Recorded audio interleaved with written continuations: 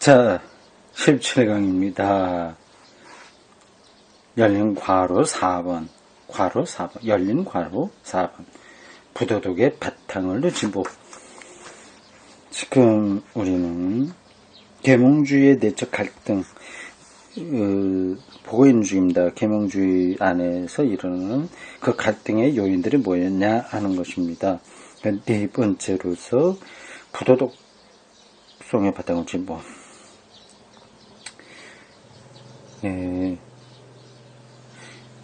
부도덕성을 얘기하네요. 봅시다. 계몽주의의 밑바닥에서 마성적 자연주의가 생겨났다. 마선적 자연주의 표현이 재밌습니다. 마성적 자연주의, 쾌락주의의 가장 극단적 형태를 가리켜서 마성적 자연주의라고 하는 걸까요? 그러나 그것은 18세기가 끝나기 전에는 겉에 나타날 수가 없었다. 그것의 대부분은 성의 사상의 섹스죠. 성의 사상에 표현되었다. 이것은 영국에서는 보다 철학적으로 표현되었다. 철학적으로 진보는 부도덕의 곧 윤리적 원리의 부정에 바탕을 둔다는 것과 같은 투의 표현이다. 진보는 어떤 도덕적 엄속주의를 넘어선다는 뜻인가 봐요. 그것이 사회 현상으로 나타났습니다. 18세기가 끝나기 전에는 아니었는데 그 후로 나타났다고 하네요. 그래서 계속되고 있는 거겠죠.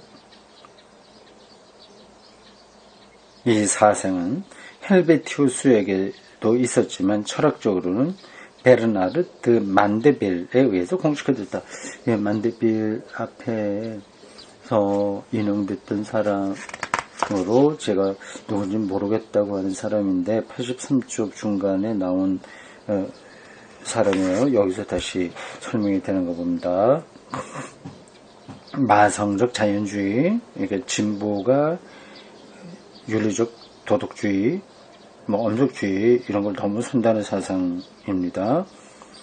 만데빌에 의해서 공식화되었다. 맨체스터파 학파의 경제 이론과 같이 경제적 교환의 필연성 때문에 사람이 자신의 쾌락 본능에 따르는 것이 사회 전체에 가장 좋은 것이라고 그는 주장했다. 쾌락 본능에 따르는 것이 결국 사회 발전에서도 최선이라고 주장했네요. 진보란 사치하려는 큰 욕망을 가진 스스로 사치품을 살 수 있는 사람들에게 의존한다. 만일 우리가 오랫동안 쾌락을 억눌려왔던 영국 퓨리타니즘의 토양에서 이 사상이 발전했다는 사실을 마음에 둔다면 경제적 필연성 때문에 사치의 추구를 영광으로 만든 결과로서 생기는 계몽주의적 내적 갈등을 여기서 인정할 수가 있다. 좀 복잡해지네요. 만일 사치에 빠져있는 집단이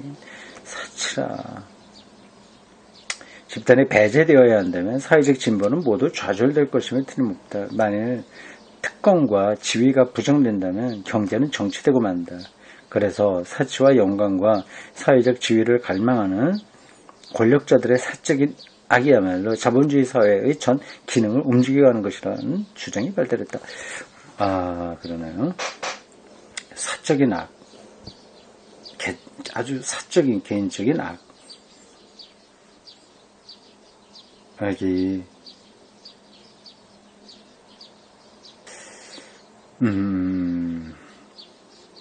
악이란 주장이 발달했단 말이죠. 가능합니다. 만일 우리가 이러한 사실들을 연구한다면 우리는 19세기 사회가 획일적인 것이 아니라는 사실을 알게 될 것이다. 우리가 인간의 곤경에 관한 실존주의적 분석의 이름 아래 알게 된 문제들은 이미 계몽주의 밑바닥에 잠겨 있었으며 후에 겉으로 나타날 준비를 미리 하고 있었다.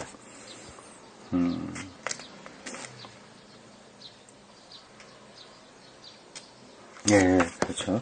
지금 틸리가 이런저런 여러 가지 갈등들 요인들 얘기하고 있고 마지막으로 성적인 것의 부도덕성이 진보의 힘으로 작용했다는 것까지 말을 했습니다. 네, 이런 것이 지금 옳다 그르다는 그런 판단을 하려고 하는 게 아니라 그러한 요소들이 계몽주의의 밑에 깔려 있다는 겁니다. 그래서 때가 되면 그게 드러나는 거죠.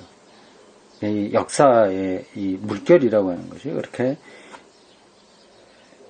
단순하게 아니면 확 드러나게 가는 게 아니라 숨어 있고 나타나고 이제 복합적인 그냥 거대한 물결인 거죠. 계몽주의도 그런 흐름의 한 단계를 감당했습니다. 그래서 계몽이라고 하는 기본적인 성격에만 한정돼서 그것을 보면 안 되고 거기서 벌어지는 여러 가지 갈등까지 다 포함하고 또 새로운 시대를 꽃피우기 위한 그 준비들이 이미 진행되고 있었다. 그래 보면 되겠습니다. 그 다음 이제 단락이 바뀝니다. 계몽주의 갈등이 끝나고 이제 4번 계몽주의 성취자와 비판자. 계몽주의를 완성한 자하고 그 비판하는 자. 성취자라고 하는 게 좀 이상해요. 계몽주의 완성자. 계몽주의 뭐라고 해야 될까요? 어쨌든 그냥 보도록 합시다. 이제 계몽주의 성취자인 동시에 극복자이기도 했던 사람으로서 우리가 일찍이 언급했던 세 사람 루소, 흉, 칸트에 관해서 다뤄보자. 세 사람은 여러분들 알아두면 좋습니다. 루소, 흉, 칸트.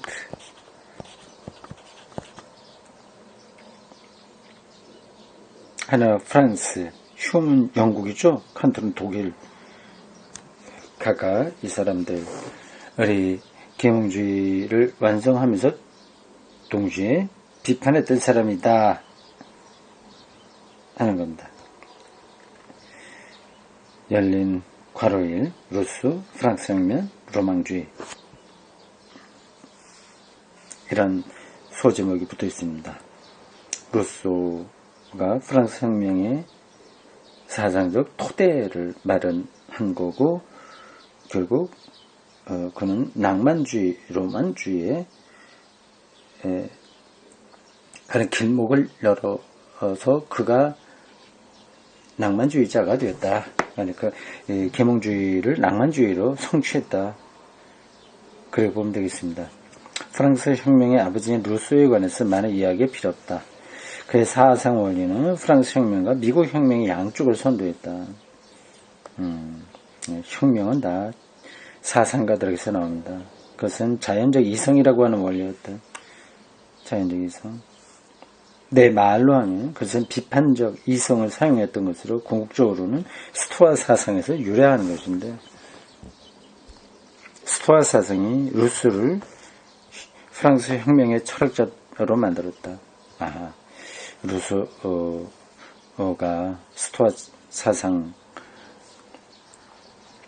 근거해서 자기 철을 꽃피웠다고 할 수 있군요. 루소의 혁명 철학과 스토아 사상을 비교 연구하고 설명해봐라 이런 문제를 낼 수 있습니다. 다수의 의지가 사회의 참된 의지이며 그것이 사회를 위해서 최선이라는 사상은 조화의 신념을 적용한 것이다. 조화, 스토아 철학의 핵심이 이거죠. 조화예요. 로고스가 그런 걸 가능하게 하는 개념입니다. 그러나 루소에게는 또 하나의 자연 개념이 있으면 우리가 본다. 내가 자연의 두 개념과 실질적인 자연과 형식적인 자연에 대해서 말했던 것을 여러분이 기억할 것으로 본다. 실질적 자연 개념은 인간 밖에 있는 자연에 관한 것인데 그것을 인간의 육체도 포함한다. 형식적 자연 개념은 말하자면 인간의 내추럴한 정신의 관계, 내추럴. 이게 형식적 자연이에요. 앞에서도 제가 짚은 것 같은데, 뭐 실질적인이라는 말은 진료적인이라는 말로 바꿔야 되고, 형식적인 거라고 하는 거는 형상적이라는 말로 바꾸는 게 좋다고 말했습니다. 아리스토텔레스의 철학 용어에 따르면 그렇습니다. 프랑스 혁명의 아버지인 루소는 그 자연과 이성을 동일시했을 때 형식적 자연 개념을 사용한 것인데 형상적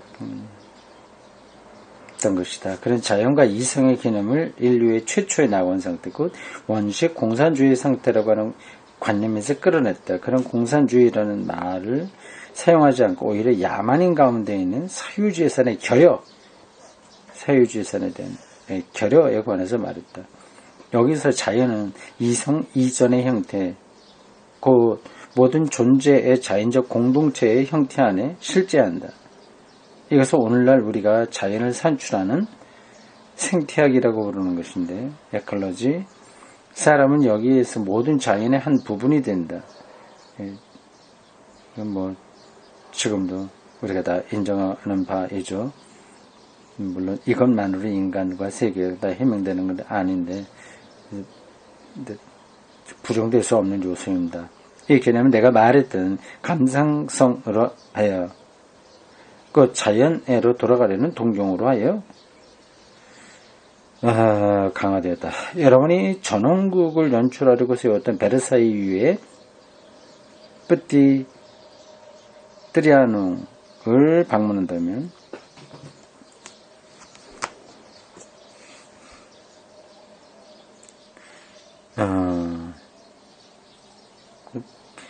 베르사유요.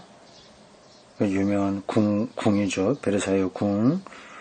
거기에 뿌띠 트리아농이라고 하는 건물 아니면 방이 있는 것 같습니다. 이 관념을 밝혀 알게 될 것이다. 이것은 문명을 피하려는 천박성과 동경의 혼합이다.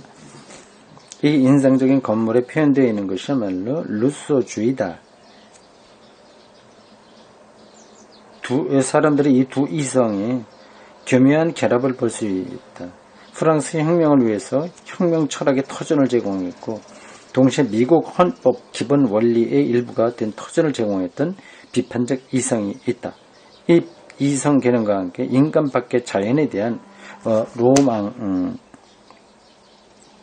그리고 감성적인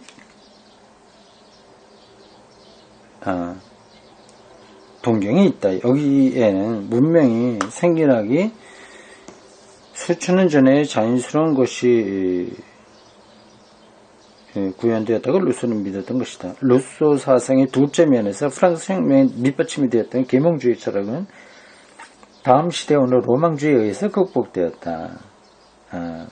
그리하여 우리는 루소 안에서 18세기의 이성원리의 성취와 극복, 이 두 쪽을 보게 된다. 이성원리가 그에게서 완성되면서 극복된다. 극복되는 것은 낭만주의로 나타나는 거죠.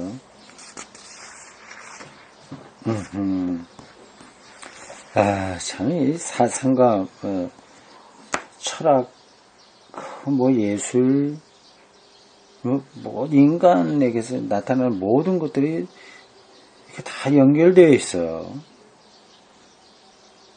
참.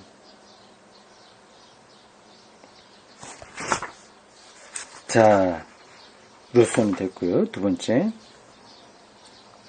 흉입니다. 흉, 종교사, 실증주의. 루소를 얘기할 때는 프랑스 혁명가 낭만주의였었는데 흉을 얘기할 때는 종교사와 실증주의네요.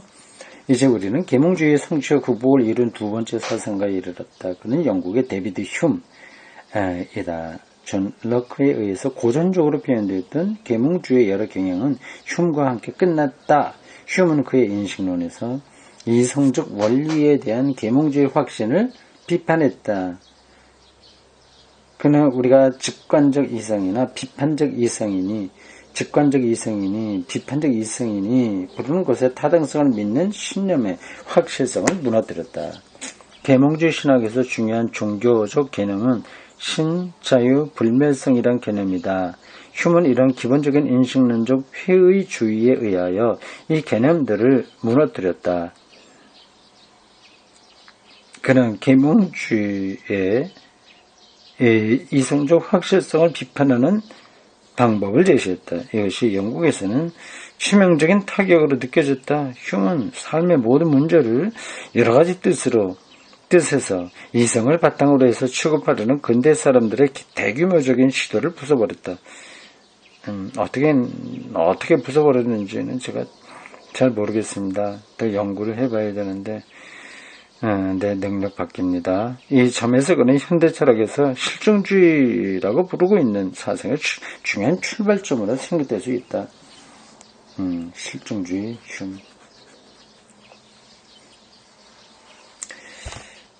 실증주의를 포지티비즘이라고 합니다. 보통 포지티브, 네거티브 이렇게 표현하는 단어들이 있지 않습니까?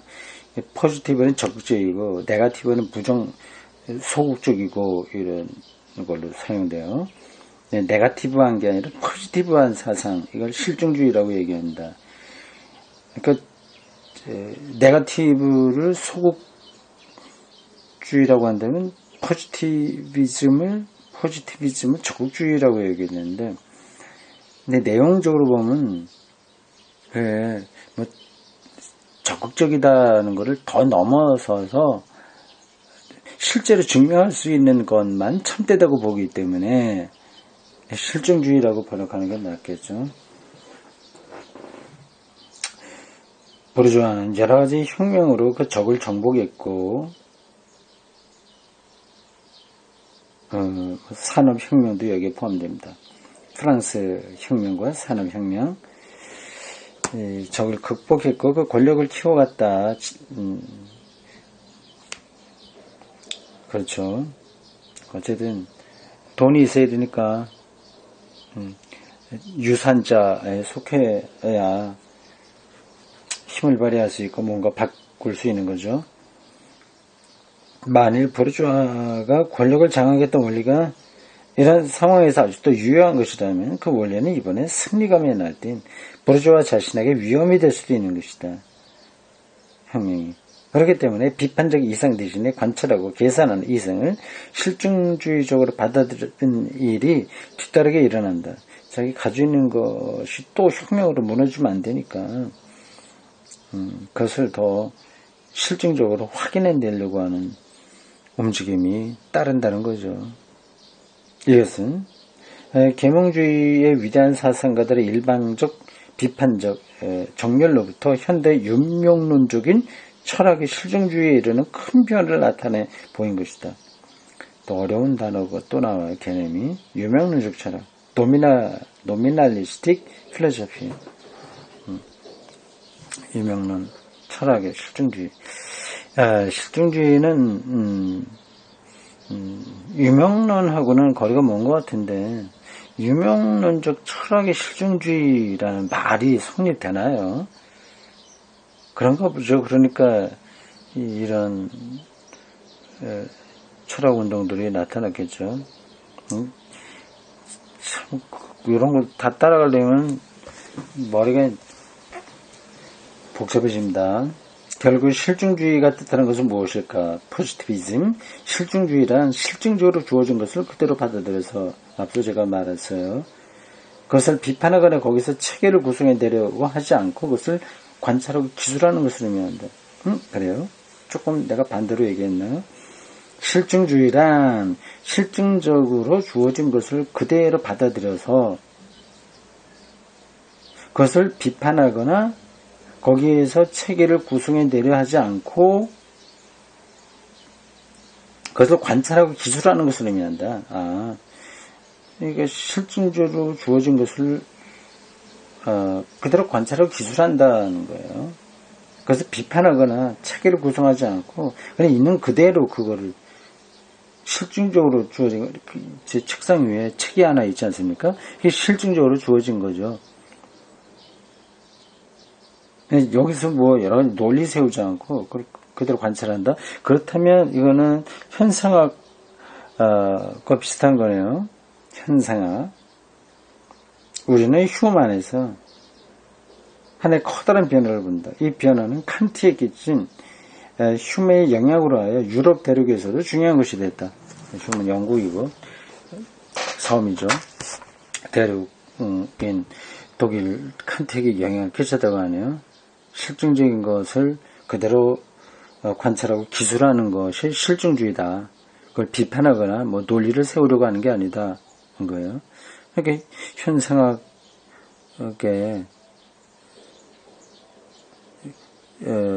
방향과 거의 흡사합니다. 제가 알고 있는 대로 그렇습니다. 현상학 앞에서도 한번 나왔을 거로 보는데 후설이 현상학의 아버지라고 하지 않습니까? 그들의 모토가 주데어 사히 셀브스트이거든요. 그 사실 자체로라고 하는 거예요. 그게 이제 비슷한 얘기입니다. 뒤에 가면 후설 나오지 않을까요? 어디쯤 나올까요? 보자. 스피노자, 칸트, 낭만주의 이런 거 뒤에 다시 한번 하고 유한과 무한, 뭐 또 네, 있습니다.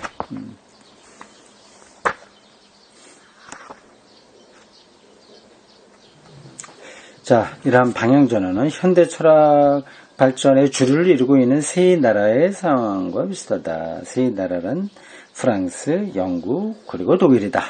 루소 시대의 프랑스에서는 이성이 프랑스 혁명까지의 전통에 대해서 싸우는 것을 본다. 프랑스는 가톨릭 국가인데 계몽주의는 일부 프리메이슨주의의 비판적 자세에 의해서 육성된다. 프리메이슨, 비밀 결사 집단이죠. 그들의 철학 사상은 제가 잘 모릅니다. 프리메이슨 비판적 자세에 의해서 됐다고 해요. 프랑스는 오늘날까지도 가톨릭 교회를 지지하는 사람들과 거기에 대항하는 사람들을 나뉘어 있다.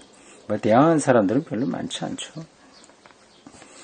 종교 비판하는 사람들이 물론 있겠습니다만 18세기 초 있었던 교회와 국가 사이의 분쟁, 모든 면에 걸친 철저한 분열, 그리고 국민 전체 내부는 로마 교회의 권위주의 체제와 충돌했던, 권위에 대해서뿐만 아니라 그 내용에 대해서도 충돌했던, 그리고 계몽주의의 주요 개념을 바탕으로 해서만 이해될 수 있다. 이 엄청난 분열은 양편의 종합을 통해서 극복할 수 있는 가능성을 보이는 조짐은, 이 분열을 극복할 수 있는 조짐은 지난 50년간의 프랑스 역사를 훑어보아도 별로 나타나지 않는다. 이것이 오늘 있는 프랑스의 정황이다. 이게 종합을 실현하지 않고 그냥 그대로 각각 자기 생각대로 그냥 가버린다는 거죠. 종합이 안 됐다는 겁니까? 그러면 이 프랑스의 정신사는 변청법적인 발전과는 다른 방식으로 나갔다는 거네요. 다원성이 더 길러졌다고 볼 수 있고, 그런 점에서 다른 것을 인정해라 라는 그 똘로렁스 정신이 거기에 나타날 수밖에 없는 거 아닌가 라는 생각할 수 있어요. 프랑스는 그렇습니다. 굉장히 복잡하고 산만하고 또는 뭐 다양하다고 할 수 있죠. 영국 상은 휴메의 실증주의적 태도에 의해서 규정된다. 휴는 결코 국교를 공격하지 않았다. 그러나 이성에 의해서 국교를 정당화하려는 신앙은 공격했다.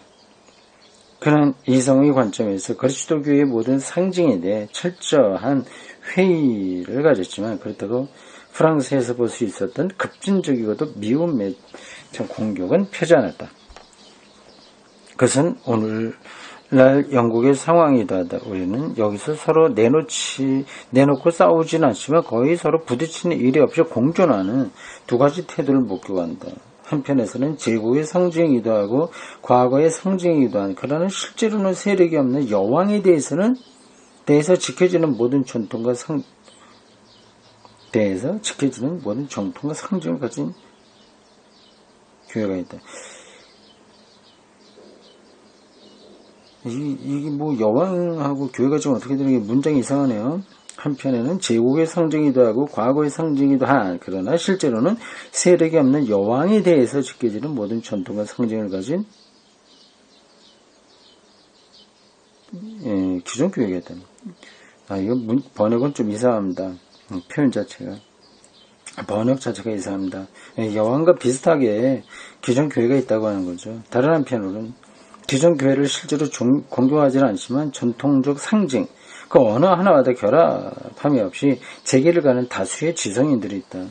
어떤 종합도 시도하지 않는다. 여기서도 그러네요. 프랑스도 종합을 시도하지 않았는데 영국에서도 시도하지 않네요. 영국에서 국교의 교회가 조직신학에 거의 공헌하지 못했던 까닭이 여기 있다. 조직신학 이게 발전 못한 거죠. 이러한 사실은 몇 가지 이유로 스코틀랜드 교회에 똑같이 해당하지 않는다. 스코틀랜드 교회. 스코틀랜드는 개신교가 좀 있다는 뜻인가? 그래서 그런가? 잘 모르겠습니다. 그러나 프랑스 카톨리시즘, 특히 그것의 어떤 변증론적인 저서들은 신학에 커다란 공헌을 했다. 19세기 독일 신학 역시 양쪽의 종합을 찾으려는 절실한 요청 때문에 커다란 공헌을 했다. 종합을 찾으려는 쪽에서는 신학적으로 큰 성과를 냈다고 하네요.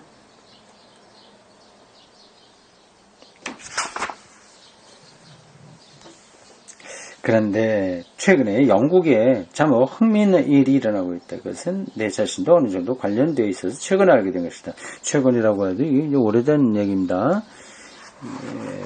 냈는데요. 오래전이죠. 1960년대 이 책이 아주 강의가 아주 오래전에 한 거기 때문에 2차 세계대전 끝나고 얼마 후에 한 거라서 굉장히 오래된 겁니다. 1963년도네요. 뭐 50년도 훨씬 지났습니다. 그 당시에요. 울리치의 존 라빈슨인 감독이 쓴 신에게 솔직히 안슈투갓이라고 하는 겁니다. 라는 제목의 한 권의 책이 세상에 나왔다. 여러분 가운데 타임즈의 종교란을 보는 사람은 거기에 대해서 틀림없이 알고 있을 것으로 본다. 그가 여기서 전개시켰던 신학은 잘 알려진 겁니다. 신학 사상은 독일 상황에서 일어난 건데 그것은 종교적 전통과 현대 세속 정신 사이에 일어난 갈등에 대해서 하나의 대답을 추구해 보려는 것이다. 로빈슨은 나의 저서와 보네포의 저서를 많이 언급하고 있다. 보네포는 나치에 순교당한 신학자인데 옥중서신을 썼다. 보네포는 그의 편집 가운데서 비종교화 사상이에요. 보네포의 핵심은 그렇습니다. 내가 나의 모든 책에서 다루었던 문제와 같은 문제를 다루고 있다. 성숙한 시대에 비종교화의 길을 가지 않으면 기독교는 미래가 없다고 하는 겁니다. 이것은 그 종교적 전통과 현대 정신의 갈등을 어떻게 해결할 수 있는가 하는 문제다.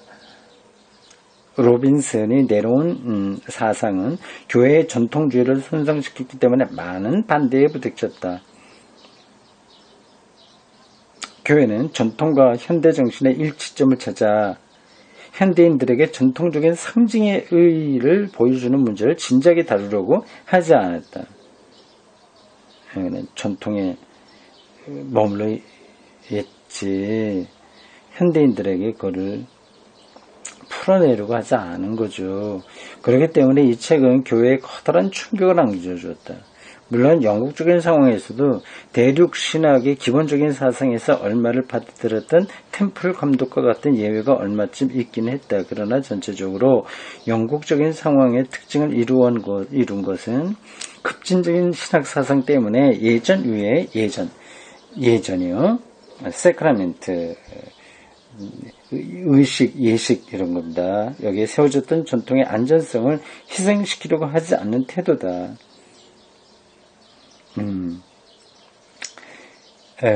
종교적 상징을 현대적으로 풀어내지 못하고 그 신비주의 안에 떨어져 버린 거죠. 따라서 이런 태도는 현대인의 실존 가운데 내포된 여러 가지 문제에 대해서 아무런 대답도 주지 못했다. 결혼식